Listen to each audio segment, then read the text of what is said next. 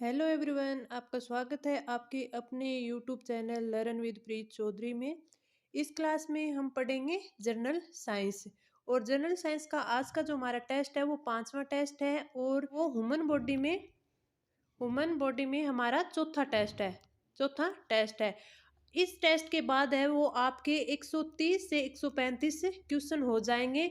और इतने क्वेश्चन हैं वो काफ़ी होते हैं। इसमें जितने भी प्रीवियस ईयर क्वेश्चन है वो आ गए और जितने भी इम्पोर्टेंट क्वेश्चन है वो आ गए। अगर आप लोगों ने इतने क्वेश्चंस की प्रैक्टिस कर ली तो आपका जो ये टॉपिक है बिल्कुल अच्छी तरह से तैयार हो जाएगा, जिससे आपके क्वेश्चन है वो गलत नहीं होंगे। तो चलिए आज की क्लास है वो स्टार्ट करते हैं। पहला क्वेश्चन है, मानव का सामान्य रक्त दाब कितना होता है? 80 120 मीटर पारा, 90 140 मीटर पारा, 120 160 मीटर पारा और 85/150 मीटर पारा। तो इसका राइट आंसर होगा ऑप्शन फर्स्ट, 80/120 मिमी पारा। जो ये रक्तदाब होता है, ये सबसे पहले अगर पूछ ले कि सबसे पहले किसने मापा था, तो ये सबसे पहले मापा था एस हेल्स ने। और किस में मापा था? इन्होंने सबसे पहले मापा और इन्होंने घोड़ों में मापा था रक्तदाब। और इस क्वेश्चन का राइट आंसर होगा ऑप्शन फर्स्ट। अगला क्वेश्चन, मानव रक्त प्लाज्मा प्राय पानी की प्रतिशत मात्रा में कितनी भिन्नता होती है? 60 से 64%, 70 से 75, 80 से 82 और 91 से 92। तो इसका राइट आंसर होगा ऑप्शन फोर्थ, 91 से 92% है वो रक्त प्लाज्मा में जो होता है वो जल होता है। जो ये रक्त प्लाज्मा होता है ये रक्त का अजीवित तरल भाग होता है। अगर इसमें हम जल की बात करें तो इसमें 90 से 92% है वो जल होता है। प्रोटीन की बात करें तो 7% है वो प्रोटीन होता है प्लाज्मा में। और इसमें 0.9% है वो लवण होता है। और 0.1% बात करें तो इसमें ग्लूकोज होती है। तो अगर आपसे पूछ ले कि जल में प्लाज्मा में वो जल की मात्रा है वो 90 से 92% होती है और इसमें प्रोटीन की मात्रा है वो 7% होती है। इस क्वेश्चन का राइट आंसर ऑप्शन फोर्थ। अगला क्वेश्चन, ब्लड ग्रुप का वर्गीकरण के आधार पर किया जाता है। यानी ब्लड ग्रुप का वर्गीकरण है वो किस आधार पर किया जाता है? रिसर्च फैक्टर, हीमोग्लोबिन मात्रा, एंटीजन और एंटीबॉडी और इनमें से कोई नहीं। तो इसका राइट आंसर होगा ऑप्शन थर्ड, एंटीजन और एंटीबॉडी के आधार पर है वो वर्ल्ड ग्रुप का वर्गीकरण किया जाता है। जैसे वर्ल्ड ग्रुप ए बी और ओ होता है, इसमें कोई भी एंटीजन नहीं पाया जाता, इनमें है वो एंटीबॉडी पाया जाता है, किसी में कौन सा एंटीबॉडी पाया जाता है। तो इस आधार पर वर्ल्ड ग्रुप का वर्गीकरण किया जाता है। Right answer option third. अगला क्वेश्चन, आपके शरीर की प्रत्येक कोशिका भोजन और ऑक्सीजन पहुंचाने के लिए कौन सा तंत्र उत्तरदायी है? परिसंचारी तंत्र, प्रजनन तंत्र, उत्सर्जन तंत्र और श्वसन तंत्र। तो इसका राइट आंसर होगा ऑप्शन फर्स्ट, परिसंचारी तंत्र है वो हमारे शरीर की प्रत्येक कोशिका में भोजन और ऑक्सीजन पहुंचाने के लिए उत्तरदायी है। Right answer option first. अगला क्वेश्चन, निम्नलिखित में से कौन सा ऑक्सीजन युक्त वहन करता है? Superior vena cava, inferior vena cava, coronary sinus और इनमें से कोई नहीं। तो इसका राइट आंसर होगा ऑप्शन फोर्थ। ये क्वेश्चन है ये अभी जो फरवरी में जो मोटर वाहन एसआई का एग्जाम हुआ था इसमें आया हुआ क्वेश्चन है। आगे बढ़ते हैं, रक्तचाप को नियंत्रित करने वाली ग्रंथि का नाम बताइए। अग्नाशय ग्रंथि, थैलेमस ग्रंथि, अधिवक ग्रंथि और थायराइड ग्रंथि। तो इसका राइट आंसर होगा ऑप्शन थर्ड है, अधिवक ग्रंथि। जब शरीर में रक्त दाब कम हो जाता है, रक्त दाब है वो कम हो जाता है, तो जो एड्रिनल ग्रंथि है वो एड्रिनल हार्मोन है वो निकालती है, एड्रिनलिन हार्मोन निकालती है। और इसके निकलने से जो रक्तदाब है वो बढ़ता है, रक्तदाब है वो बढ़ जाता है। और स्वस्थ मनुष्य में शरीर का रक्तदाब हमने अभी बात की थी 120/80 mm होता है स्वस्थ मनुष्य में। और रक्तदाब को मापने का यंत्र अगर एग्जाम में पूछ ले तो ये होता है स्फिग्नोमेनोमीटर।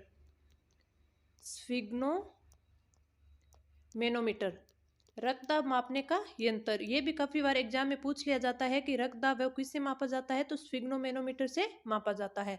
इसका राइट आंसर होगा ऑप्शन थर्ड। अगला क्वेश्चन, ये देखिए अभी इसमें पाया गया है कि स्फिग्नोमेनोमीटर एक उपकरण है जो मापने के काम आता है। तो इसका राइट आंसर हो जाएगा ऑप्शन फर्स्ट, रक्तदाब मापने के काम आता है। अगला क्वेश्चन, रक्त प्लाज्मा के ग्लोब्यूलिन किसके लिए जिम्मेदार होते हैं? रक्त के थक्के, रक्षा तंत्र, ऑक्सीजन परिवहन, परासरणी संतुलन। तो इसका राइट आंसर होगा ऑप्शन टू, रक्षा तंत्र। अगला क्वेश्चन, ए बी ओ और आर एच रक्त समूह के लिए प्रतिजन भी मौजूद होते हैं। ये भी क्वेश्चन है वो एसआई मोटर वाहन एग्जाम में आया हुआ क्वेश्चन है। लाल रक्त कोशिकाएं, प्लेटलेट्स, सफेद रक्त की कोशिकाएं और प्लाज्मा। तो इसका राइट आंसर होगा ऑप्शन फर्स्ट, आरबीसी। इसका राइट आंसर ऑप्शन फर्स्ट। अगला क्वेश्चन, यदि दो अलग अलग समूहों के रक्त को आपस में मिला दिया जाए तो क्या समस्या होगी? एग्लूटिनेशन, कोएगुलेशन, थ्रोम्बस निर्माण और एम्बोलिज्म। तो इसका राइट आंसर होगा ऑप्शन फर्स्ट, एग्लूटिनेशन। ये समस्या है वो उत्पन्न हो जाएगी। Right answer option first. अगला क्वेश्चन, निम्नलिखित में से कौन सी रक्त कोशिका के थक्के जमने में महत्वपूर्ण भूमिका निभाती है? ये लगातार जो क्वेश्चन आए हुए हैं ये एसआई के एग्जाम में आए हुए हैं, मैंने एक साथ ये सारे हैं वो इकट्ठे आपको प्रोवाइड करवाए हैं। तो इसके ऑप्शन फर्स्ट है एरिथ्रोसाइट्स, न्यूट्रोफिल्स, ल्यूकोसाइट्स और थ्रोम्बोसाइट्स। तो इसका राइट आंसर होगा ऑप्शन फोर्थ, थ्रोम्बोसाइट्स। अगला क्वेश्चन, मानव शरीर का ताप स्थापित स्थित होता है पीनियल में, पीयूष में, अवटू थायराइड में और हाइपोथैलेमस में। तो इसका राइट आंसर होगा option fourth, hypothalamus.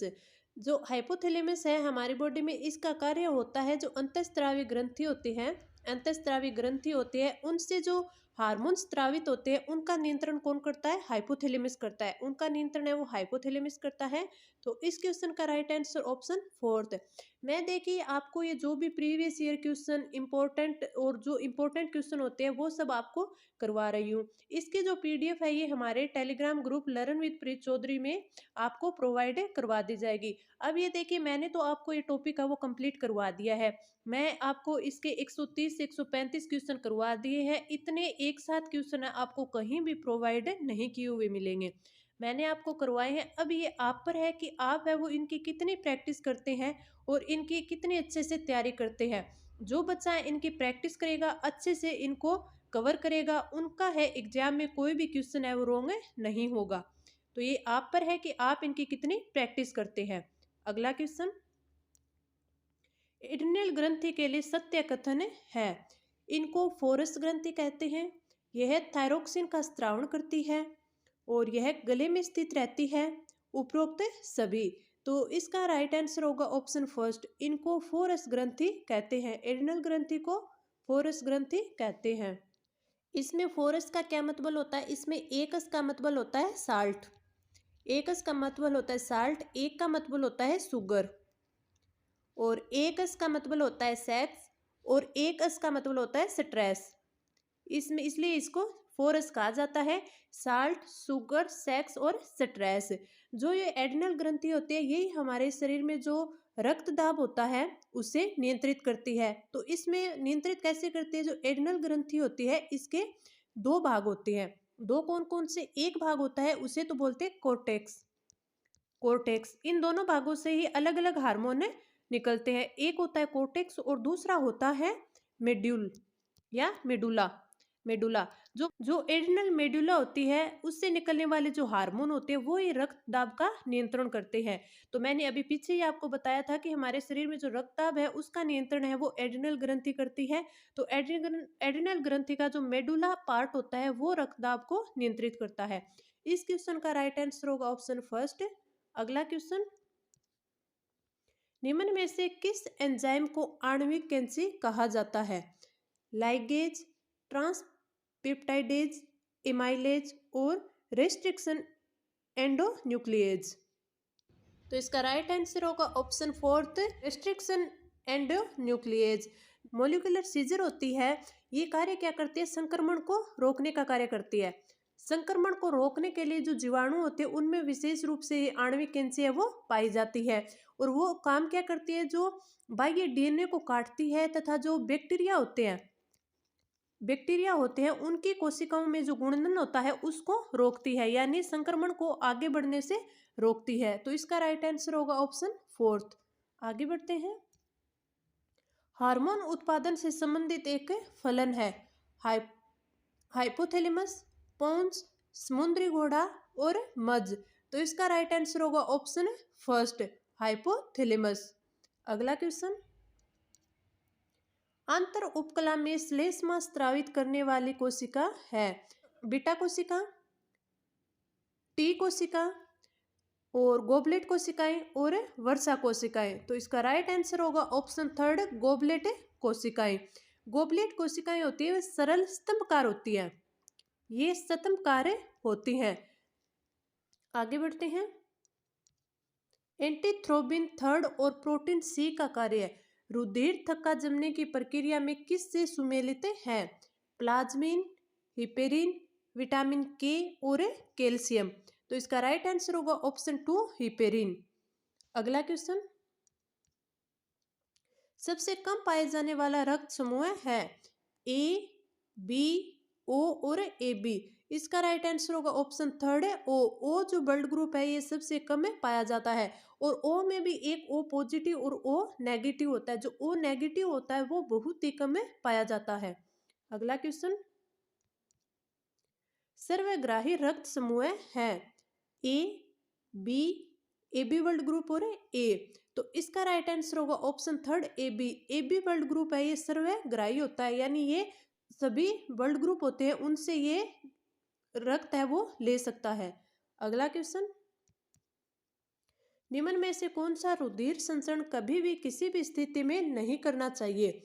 B group से ए बी ग्रुप को, बी ग्रुप से ए ग्रुप को, ओ ग्रुप से बी ग्रुप को और ए ग्रुप से ए बी ग्रुप को। तो इसका राइट आंसर होगा ऑप्शन टू, बी ग्रुप से ए ग्रुप को। क्योंकि अगर बी ग्रुप है इसमें ए बी ग्रुप को अगर हम बी ग्रुप दे रहे हैं तो दे सकते हैं, क्योंकि इसमें बी एंटीबॉडी होगा। बी से ए को हम नहीं दे सकते।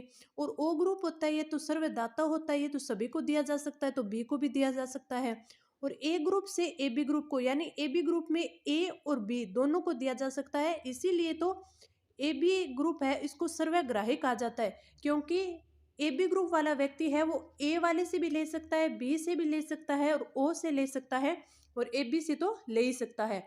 इसलिए ए ग्रुप का है वो ब्लड ग्रुप ए बी को दिया जा सकता है, लेकिन बी का है वो ए को नहीं दिया जा सकता, इसीलिए इसका राइट आंसर होगा ऑप्शन टू। अगला क्वेश्चन, एक व्यक्ति दुर्घटना में घायल हो गया है, उसके रक्त समूह की जांच के लिए समय नहीं है, उसे निम्न में से कौन सा खून दिया जा सकता है? ये क्वेश्चन आरएस प्री एग्जाम में आया हुआ है। A B R H negative, A B R H positive, O R H positive और ओ आर एच नेगेटिव। तो इसका राइट आंसर होगा ऑप्शन फोर्थ। जो ओ नेगेटिव ग्रुप होता है वो सभी को दिया जा सकता है। क्यों दिया जा सकता है? क्योंकि ओ में है वो एंटीजन ए और बी दोनों है वो अनुपस्थित होते हैं, इसमें कोई भी एंटीजन नहीं होता। और साथ में जो आर एच रिसेस होता है ये एंटीजन भी इसमें नहीं होता। तो ओ नेगेटिव आर एच होता है ये ग्रुप है वो किसी भी व्यक्ति को दिया जा सकता है। तो इसका राइट आंसर होगा ऑप्शन फोर्थ। अगला क्वेश्चन, निम्न में से किस कोशिका की संख्या रक्त में पाई जाने वाली WBC में सबसे अधिक होती है? इओसिनोफिल, न्यूट्रोफिल, बेसोफिल और उपयुक्त में से कोई नहीं। तो इसका राइट आंसर होगा ऑप्शन टू, न्यूट्रोफिल। अगला क्वेश्चन, रुधिर वर्णिका यानी हीमोग्लोबिन का कार्य है ऑक्सीजन को इधर उधर पहुंचाना, बैक्टीरिया को समाप्त करना, अरक्तता का निवारण करना और ऊर्जा का उपयोग करना। तो इसका राइट आंसर होगा ऑप्शन फर्स्ट, ऑक्सीजन को इधर उधर पहुंचाना। अगला क्वेश्चन, रक्त धारा में ऑक्सीजन ले जाने वाला प्रोटीन है, तो अभी हमने बात की, इसका राइट आंसर होगा ऑप्शन थर्ड, हीमोग्लोबिन। हीमोग्लोबिन है वो रक्त धारा में ऑक्सीजन है वो पहुंचाता है। अगला क्वेश्चन, निम्न में से कौन मनुष्य में स्वसंरंजक है? हेमोसाइनिन, हेमोइरिथ्रिन, बीटा कैरोटीन और हीमोग्लोबिन। तो इसका राइट आंसर होगा ऑप्शन है फोर्थ, हीमोग्लोबिन। अगला क्वेश्चन, हीमोग्लोबिन में निम्न में से कौन सा तत्व है वो होता है कैल्शियम, लोहा, सोडियम और पोटेशियम। तो इसका राइट आंसर होगा ऑप्शन टू, लोहा। अगला क्वेश्चन, एक स्वस्थ वयस्क पुरुष में हीमोग्लोबिन की सामान्य मात्रा यानी लगभग कितनी मात्रा होती है। ये क्वेश्चन पटवारी की जो 23 तारीख की शिफ्ट फर्स्ट थी उसमें आया हुआ क्वेश्चन है। 22 से 28 ग्राम, 6 से 8 ग्राम, 13 से 18 ग्राम और 19 से 22 ग्राम। तो इसका राइट आंसर होगा ऑप्शन थर्ड, 13 से 18 ग्राम है वो एक स्वस्थ सामान्य जो पुरुष होता है उसमें हीमोग्लोबिन की मात्रा होती है। हम जब जाते हैं तो डॉक्टर के पास अगर कोई व्यक्ति बीमार होता है तो अगर डॉक्टर ये बोल देता है ना कि आप में खून की कमी है, तो वो खून की कमी नहीं होती, वो हीमोग्लोबिन की कमी होती है। कई बार ये बोल देते हैं कि आप में तो 9 ग्राम ही खून है, वो 9 ग्राम खून नहीं होता, वो 9 ग्राम में हीमोग्लोबिन होता है। अगला क्वेश्चन, सामान्य वयस्क व्यक्ति में कुल कितना रक्त होता है। 5 से 6 लीटर, 3 से 4 लीटर, 8 से 10 लीटर और 10 से 12 लीटर। तो इसका राइट आंसर होगा ऑप्शन फर्स्ट, 5 से 6 लीटर है वो खून सामान्य वयस्क व्यक्ति में होता है। अगर हम खून की यानी रक्त के पीएच की बात करें तो ये होती है, पीएच होती है 7.4। ये भी काफी बार एग्जाम में आता है कि रक्त की पीएच कितनी होती है, और रक्त होता है वो क्षारीय होता है, रक्त है वो क्षारीय होता है। अगला क्वेश्चन, आरएच कारक संबंधित है लार से, रक्त से, लसिका से और मूत्र से। इसका राइट आंसर होगा ऑप्शन टू, रक्त से। अगला क्वेश्चन, आरएच कारक की खोज किसने की। हेक्सले ने, लेंडस्टीनर व विनर ने, डार्विन ने और वेलेस ने। तो इसका राइट आंसर होगा ऑप्शन टू, लेंडस्टीनर व विनर ने है वो आरएच फैक्टर की खोज की। अगला क्वेश्चन, रुधिर प्रदान के दौरान किस रुधिर समूह का व्यक्ति सार्वभौमिक दाता होता है। ये देखिए दो एग्जाम में आया हुआ क्वेश्चन है। ए बी समूह है, ए समूह है, बी समूह है और ओ समूह है। तो इसका राइट आंसर होगा ऑप्शन फोर्थ, क्योंकि सार्वभौमिक यानी सभी को देने वाला होता है। जो ओ बल्ड है ये सभी व्यक्तियों के सभी ब्लड ग्रुप को दिया जा सकता है। तो इसका राइट आंसर होगा ऑप्शन फोर्थ। अगला क्वेश्चन, एंटीजन ए और बी की उपस्थिति या अनुपस्थिति के आधार पर रक्त कितने समूहों में विभक्त किया गया है। एक समूह है, दो समूह है, तीन समूह है, चार समूह है। तो इसका राइट आंसर होगा ऑप्शन फोर्थ, चार समूह में। अगला क्वेश्चन, एंटीजन निर्धारक निम्न में से किस में पाए जाते हैं। तो इसका राइट आंसर होगा ऑप्शन फर्स्ट, प्रतिजन में। अगला क्वेश्चन, प्रथम उत्पादित प्रतिरक्षी है, प्रथम उत्पादित।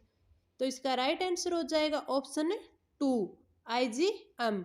अगला क्वेश्चन, मां के दूध में पाए जाने वाली प्रतिरक्षी कौन सी है। तो इसका राइट आंसर हो जाएगा ऑप्शन फोर्थ, आईजीई है वो मां के दूध में पाए जाने वाली प्रतिरक्षी है, राइट ऑप्शन फोर्थ।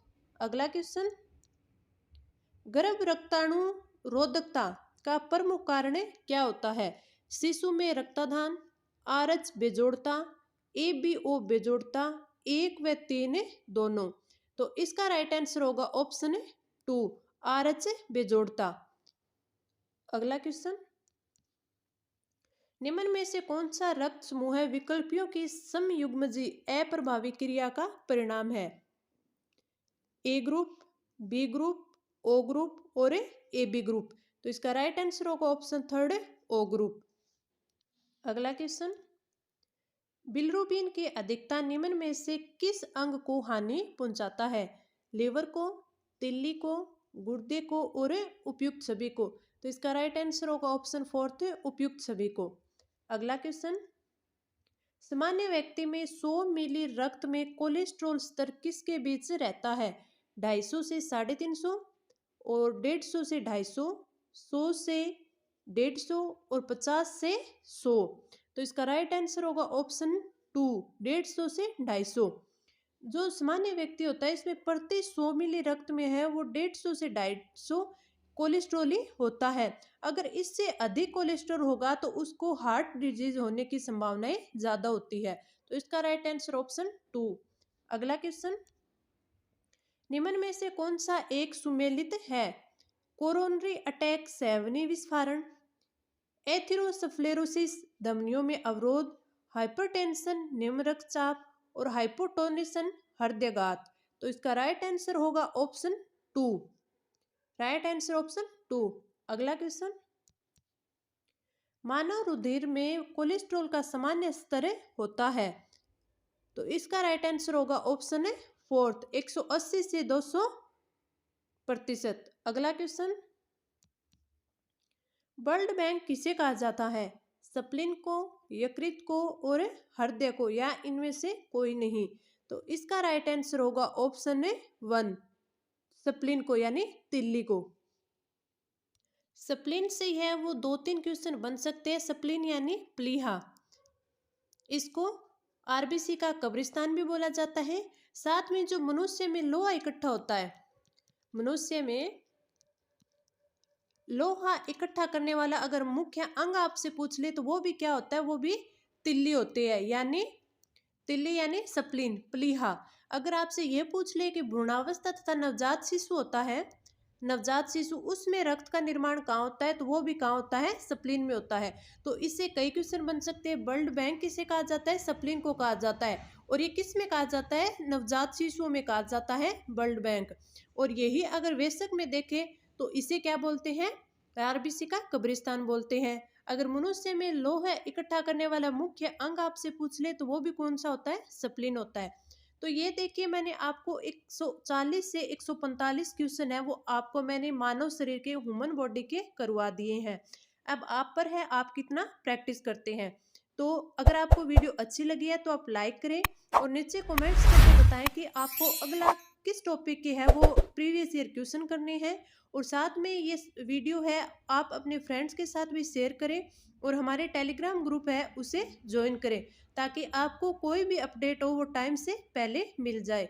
तो इस वीडियो में इतना ही। धन्यवाद।